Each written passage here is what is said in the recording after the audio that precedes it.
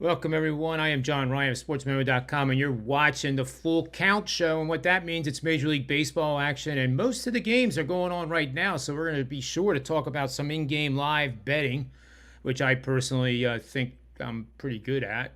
Just saying. But welcome to the show. We have Eric Pauly making his debut with me, which is quite the honor, and of course, Dr. Chuck, and he's old school friend of mine from way back. Way back. But anyway, we'll get started right away here with the first game. And that first game is a red hot um, Los Angeles Angels team. And I'm just, excuse me, I just closed out my notes on the game and I just have to pull it back up here again. It's one of those days in the city, the neighborhood.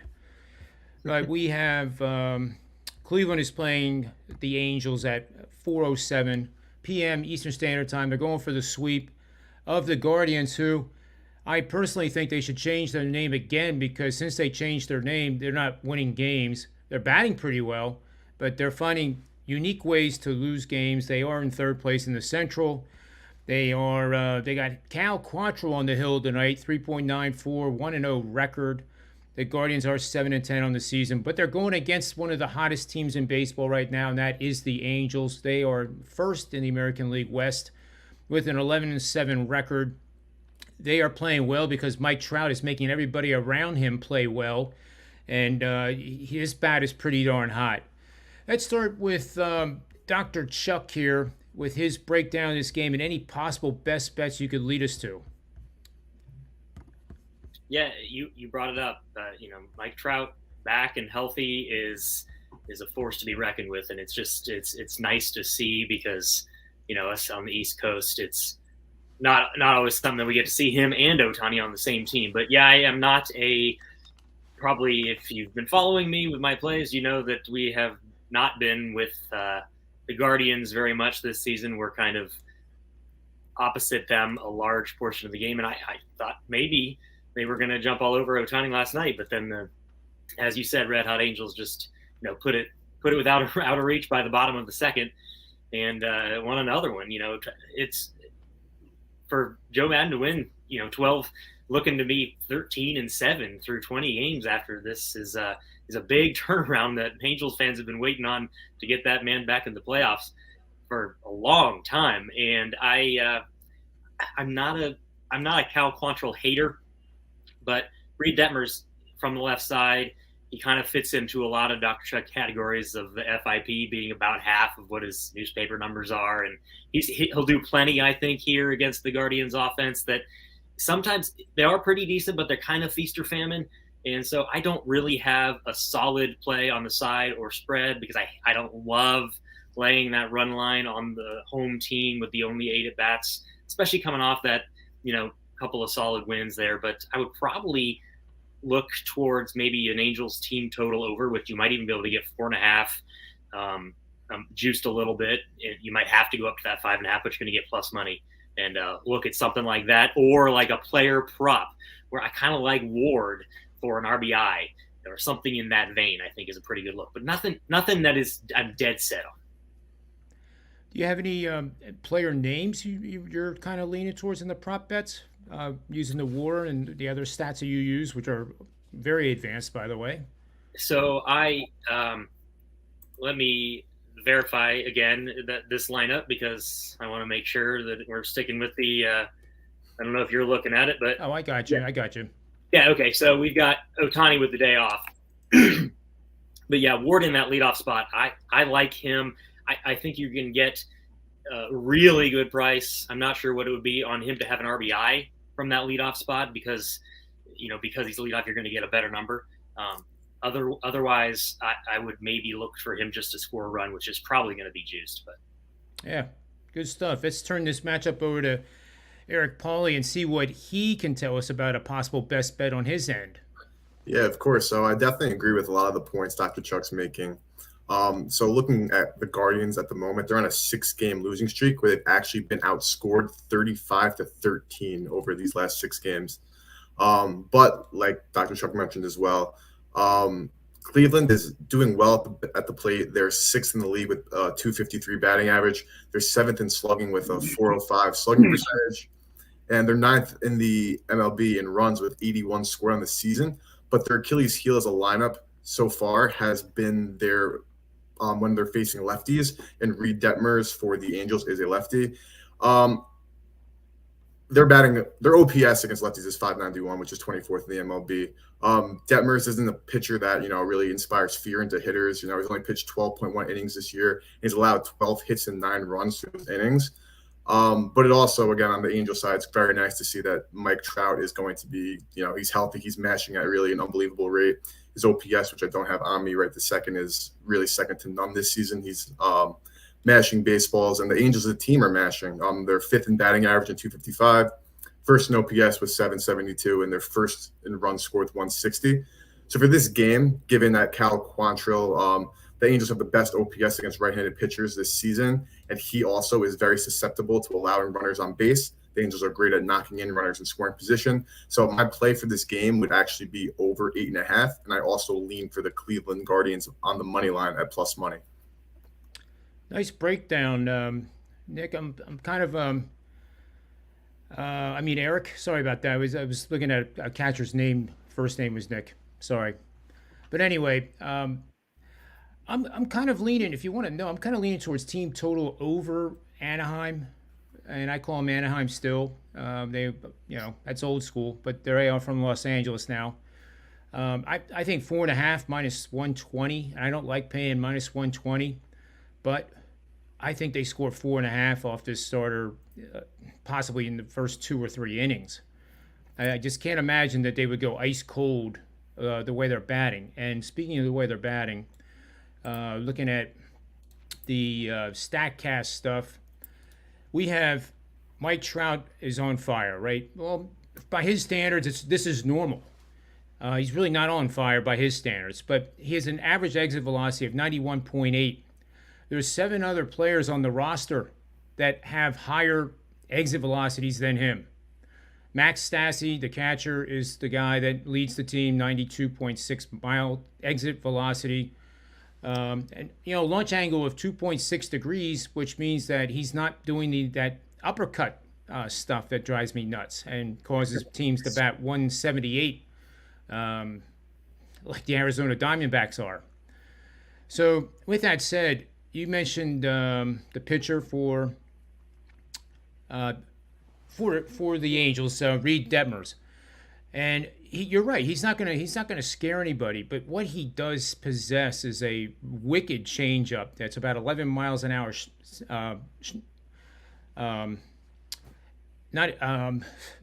not as fast as his fastball. It's 11 mile an hour less than his fastball. Boy, I'm losing it this afternoon. Anyway, his spin rate on the pitch is only 1,100 RPMs, which is extremely low. But what that does is that causes the pitch to drop late and a lot.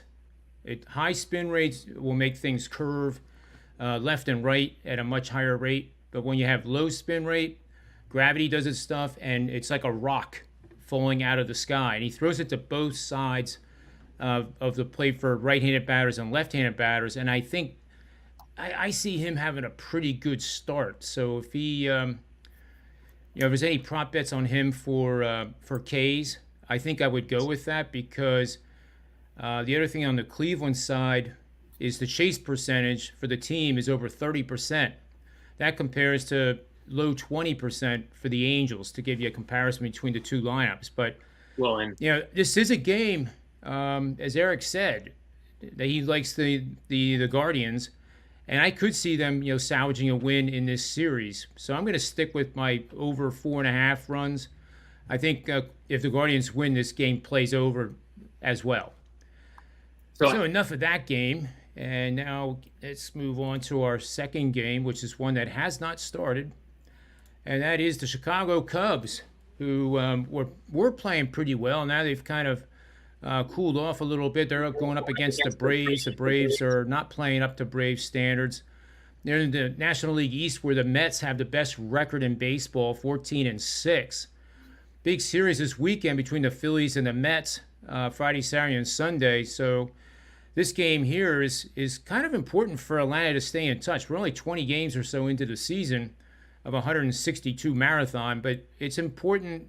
Each of these conference and especially the divisional matchups are important now. They often determine whether a team makes the playoffs or if they are a top seed in the playoffs. So let's start with Dr. Chuck again and see what he has for us as a possible best bet in this matchup. So, I don't want to like go back, but Reed Detmers over 4.5 Ks is like plus 120. So yeah, if you're liking it, I don't think he throws his changeup enough. I don't think he throws his changeup nearly enough. But yes, that 10-mile difference from the fastball to the changeup is that sweet pocket that you want to be in. So speaking of pitchers, my clients know I have a ranking. I rank everybody based on analytics, and Dylan Cease is number 1 right now, but Kyle Wright is right there, and his 2.01 ERA is actually right in line with his analytics, and that's the kind of stuff you want to look for.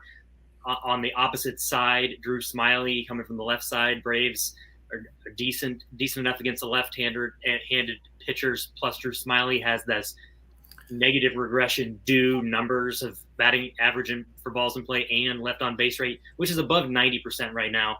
And so that is screaming to drop, as well as, I don't know if we're breaking the news here. I'm assuming we're not breaking the news, but Ronald Acuna is playing tonight, starting in right field. And, I don't know what's going to look like when he comes back. They're obviously doing it a little bit earlier than they thought. What's that locker room or dugout like without Freddie Freeman now that, his oppression is gone? But I'm a big Kyle Wright guy. His strikeouts are all the way up to 6.5, so I probably wouldn't go to 7, even though the dude has nasty stuff. I think he's going to shut him out. I like the Braves on a lot of different aspects of this game. And I think, Eric's going to talk about another aspect that I like as well, which probably is a little more pro Smyly. And I'm not bashing Smyly. His expected ERA is pretty solid, but his FIP is not. And he, against a guy, when he gets in trouble, the Braves can compound that. And at home with the Cubs looking for the Brewers this weekend, I think it gets out of hand. Dr. Chuck, you mentioned FIP. For those that don't know what that is, can you take just a quick second and explain what that is? So FIP, so I talk about this all the time. I get nauseous saying the word ERA. Those letters, I get nauseous just saying them because of just kind of how ridiculous it is. It's not as ridiculous as wins and losses, but FIP is fielding independent pitching. I talk about a lot about that, as well as expected, and the expected takes parks out of it. It puts home run average into it, whereas FIP is the home runs you give up. XFIP is the home runs that are average for pitchers to give up. So if you're looking for something right in the here and now, FIP is a little bit more effective because of different things like contact rate and barrels and hard hit percentage, things like that. Whereas XFIP going forward is how many home runs he should be giving up. Like there's guys, Verlander was always one of those guys. He might give up 25 home runs, but he's going to be in the Cy Young conversation type of stuff. And so that's why you want to level that out to how many home runs. But expected ERA is another thing that's coming from the StatCast point of view that is a lot better and more useful, because I focus on FIP as related to ERA. And once you get into a 2-point or more discrepancy, that's when I like to look at aspects to fire on. So, for example, Aaron Nola of the Phillies last year, if I remember correctly, he had a pretty big gap between the true ERA, the traditional measure, and FIP. So what you do is you look for, if I'm reading you right, you look for an FIP that is substantially higher than the traditional ERA, and then that gap between, if it's wide enough, then becomes a target for you to bet on, right? Or vice versa. Correct. Vice versa. Okay. So I mean, it depends on if you want to back someone or fade someone. So for instance, there's also different ways to qualify people. Kevin Gausman, for instance, his ERA is 2.19, his FIP is 0.56. Now these are the same scales. So the scale of ERA at 2.19, the 0.56 is on the same scale. So that would be as though if you were looking in the newspaper and you saw Kevin Gossman's name next to it, it would be parentheses 0.56. That's the same thing. Gotcha. So it's a quarter of his ERA. And so that would be someone who is better than even his numbers have shown. And that's kind of where Kyle Wright falls. And Drew Smyly kind of falls on the opposite end of the spectrum, where he's got a sub-3 ERA and an FIP north of 4. Welcome back, Eric. We lost you there just for a second, but that happens with technology these days, even though we don't know why it happens. Yeah. This is my third show today, and it's been crazy with different things happening, and it's just one of those days. I guess the gremlins are out. Anyway, why don't you take it away, Eric, and tell us where you find best bets in this matchup? Yeah, of course. For what I pay on internet, these things shouldn't be happening. But unfortunately, I guess you're going to have your hiccups. But from what I did catch from that breakdown from Dr. Chuck, there were definitely things I agree with. And the first and foremost, I think as just fans of baseball, we have to appreciate Kyle Wright and what he's doing as a 26-year-old. He looks phenomenal. And the fact that the advanced analytics also back the eye test of watching him pitch and seeing how good the newspaper stats are, as well as the eye test, that's really should inspire a lot of confidence for Braves fans. But the Cubs are actually first in the majors in batting average. They're batting 267, and they're second in the league in OPS at 764, and third in hits at 160. So the Cubs are definitely a team that's all over the baseball. But their numbers for runs as well as OPS are certainly a little bit inflated due to the fact that they had that 21-0 win against the Pirates not too long ago. But something they do have going for them against the spectacular Kyle Wright is the fact that as a team, they're second in the MLB at OPS against righties. Their OPS is 776. So Kyle Wright, of course, in 17 innings this year over 3 starts, he's only allowed 11 hits, 2 runs. But what actually really inspires the most confidence is the fact that he's only allowed 2 walks to 26 strikeouts. So this kid knows what his stuff is. He knows how to locate his pitches, and he's clearly able to have those fantastic punch-out type pitches. So I think Kyle Wright is a name that we're not going to only hear for the rest of the season, but is definitely going to be an anchor for the Braves rotation moving forward. But looking at Atlanta, they're coming off the World Series hangover, and it's certainly showing. I actually need your source, Dr. Chuck, because I did not see that Acuna was starting tonight. So whoever your guy is, I need to try getting some of this information. But Atlanta, they're middle of the pack in OPS and batting average. They're decent versus lefties, batting 745 OPS. And Drew Smyly, like Dr. Chuck was mentioning before, he allows way too many base runners. The fact that his only allowed 4 runs, but he's allowed 15 base runners and not even 15 innings pitched is definitely a red flag that's due for negative regression. So my best bet and my free play for this, which I'll go into more detail about later as well, is under 8.5 runs for this game. I do not see Chicago mashing against Wright. I think the Braves offense is overrated. I think we see a more tame game after that extra innings Cubs win last night.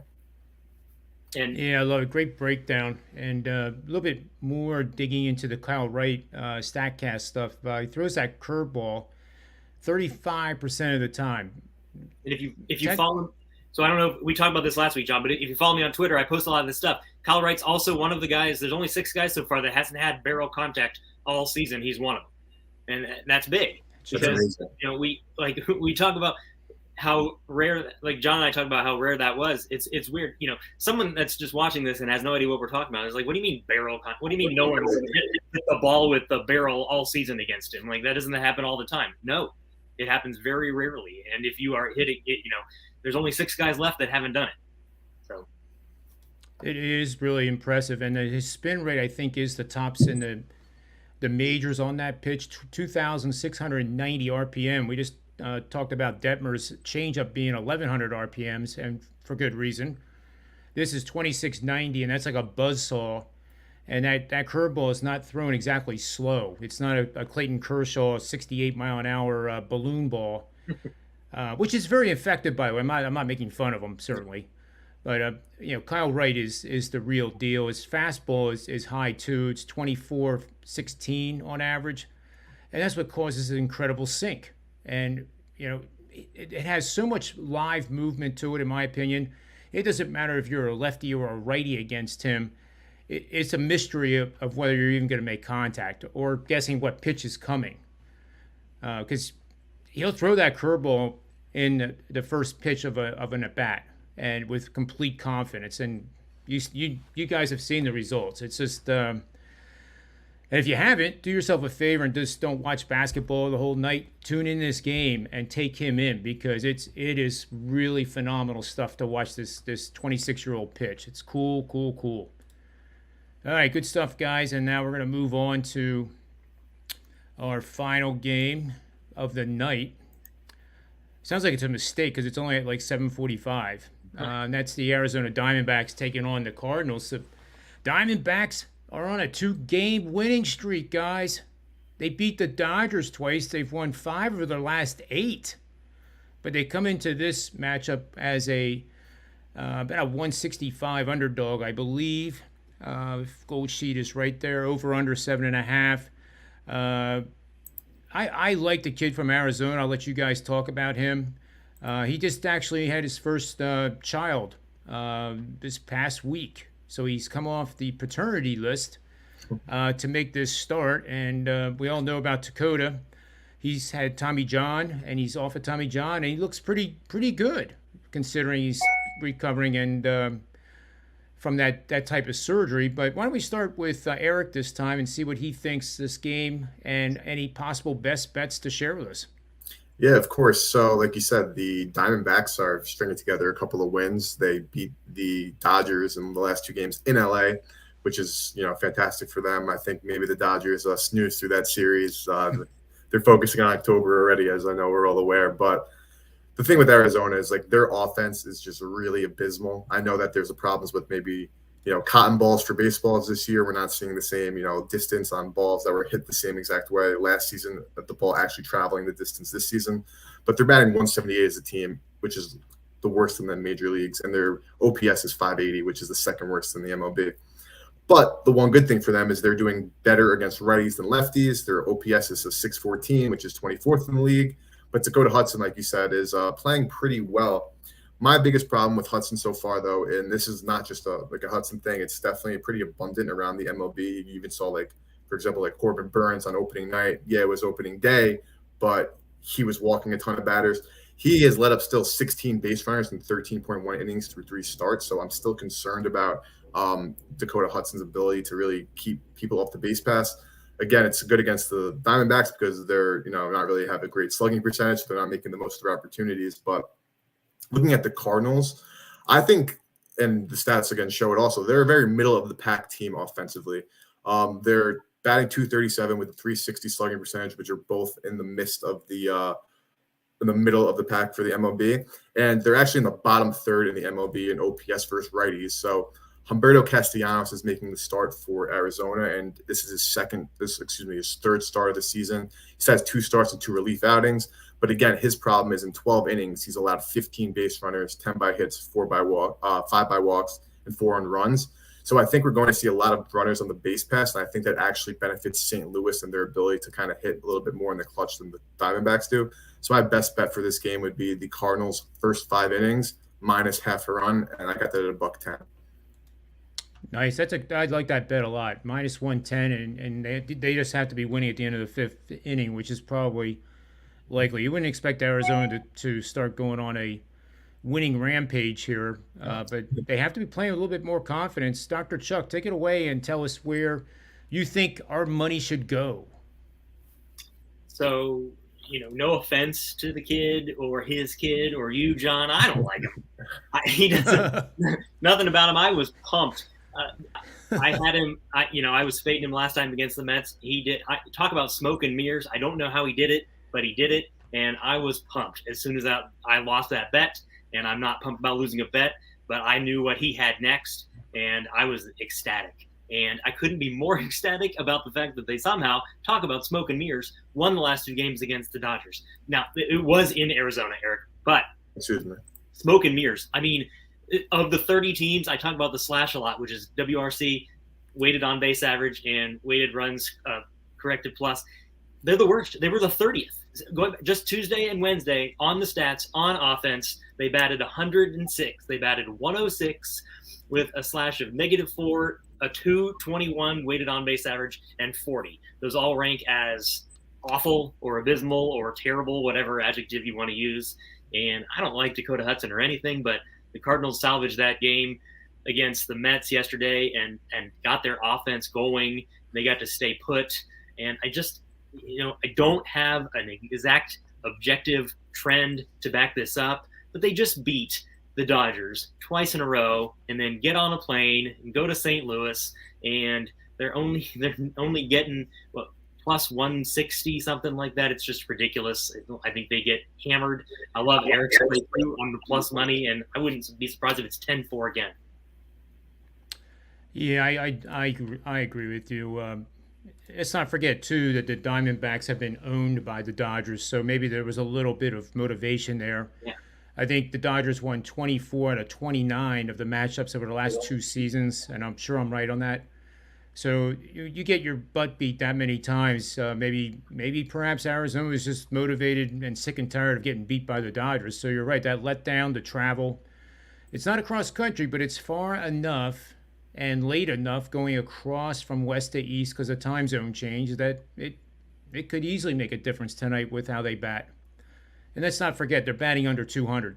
And as Eric said, after 2 games, they had a huge increase because they were so low that, goodness gracious, if they batted 250 for 2 games, they would jump to by 50 basis points from their metrics. So I guess let's not get carried away with the Diamondbacks.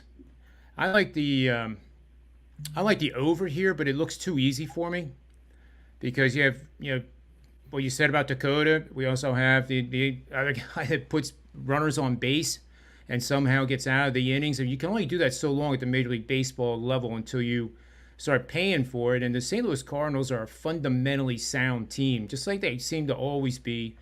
There's nothing real fancy with them, but they get it done. They get runners on base. They move the runners over if they want, and then they get that base hit to score the run. And that's where this Arizona kid could really have trouble against that lineup. So I lean to the over in this third and final game tonight. But, unfortunately, by this time, we're going to be, Dr. Chuck will probably be on about his fourth IPA or pineapple vodka thing that he drinks. I'm not sure what it is, but it's all good. But, the Sixers game will be right in the middle of the first half. Let's see, 7:45. They're starting at 7, right? Yeah, they got the non-TNT game. Well, I guess that's what they think of the matchups. But, we'll be watching basketball. But, that's the beauty of having multiple TVs or split screens and stuff like that. You can watch everything. So let's go to the best bets segment. I'm going to choose to go last because I'm the host because I really don't have it figured out yet. I could name off 3 or 4 things you guys have broken down that I really like. So why don't we start with Dr. Chuck? We'll put him front and center, and he can share with us not only his best bet, but other things that he has going on for you over at SportsMemo.com. Yeah, we'll do that real quick just to get that out of the way. We have tons of baseball action every day, especially on a day like Thursday, where you guys know if you have my all access package, you have 2 wins in the books now. We're hoping for a 3rd one here with the Marlins, and we are going to have NBA props.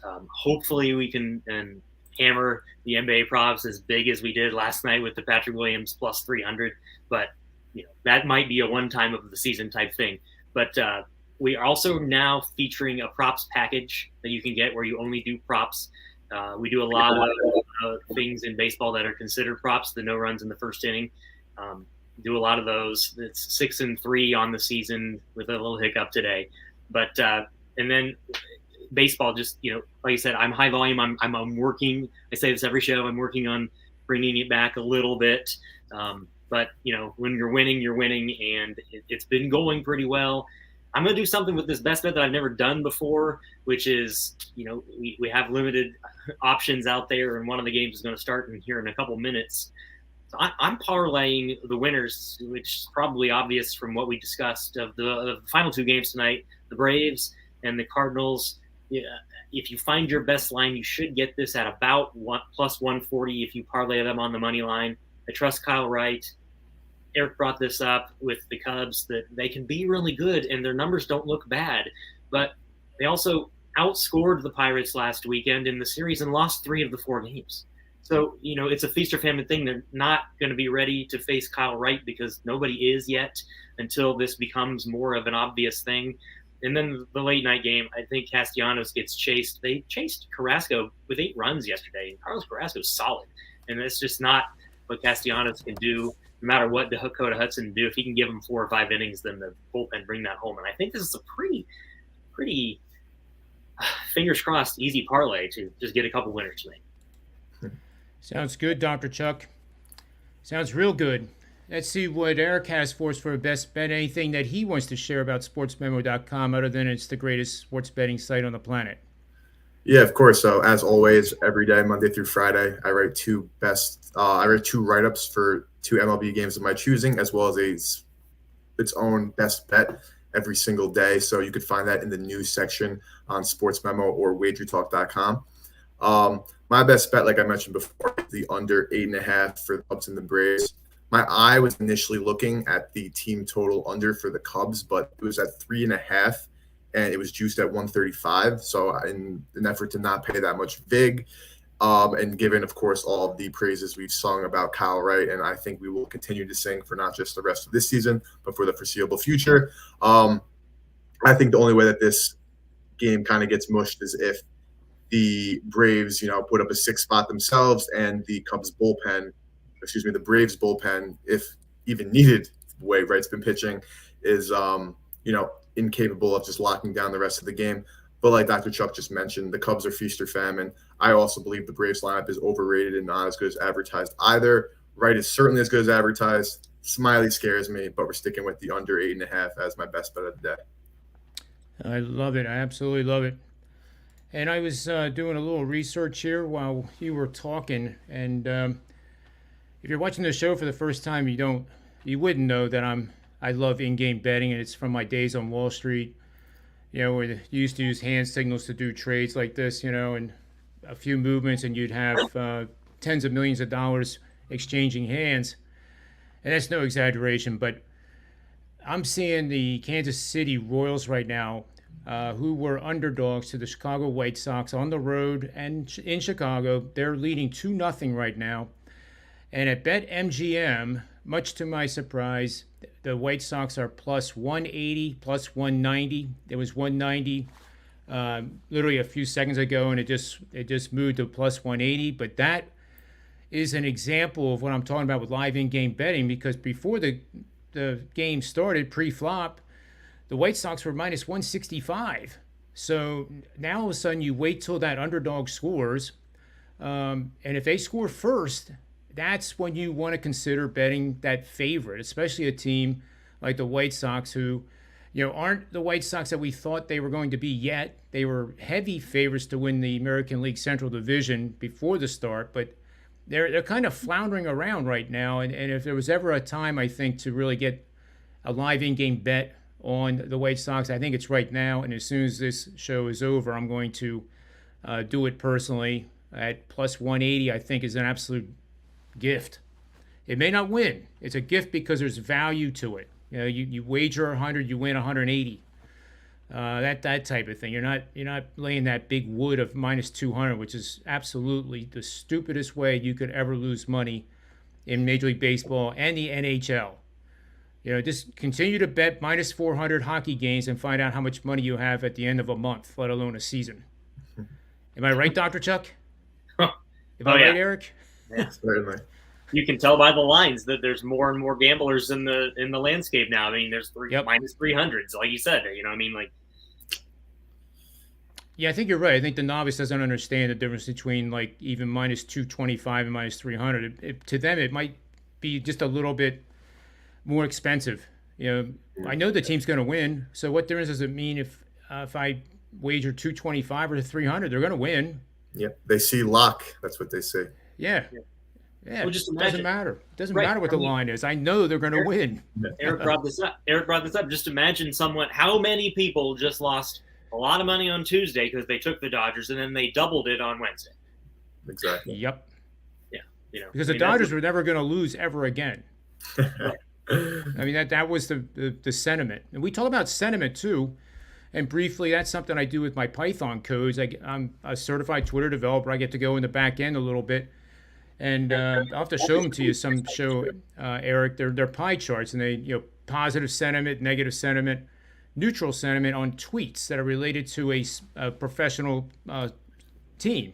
Like the Eagles, for example, that fan base, Oh, wow. along with the Sixers fan base, can get pretty ugly and volatile. And that's one, honest to God, it's one reason I like, and I'm digressing here just a little bit with the basketball because I can't help myself. But, and our producer will yell at me after this is over, but I don't care right now, but I do care. The Sixers sentiment right now is so negative.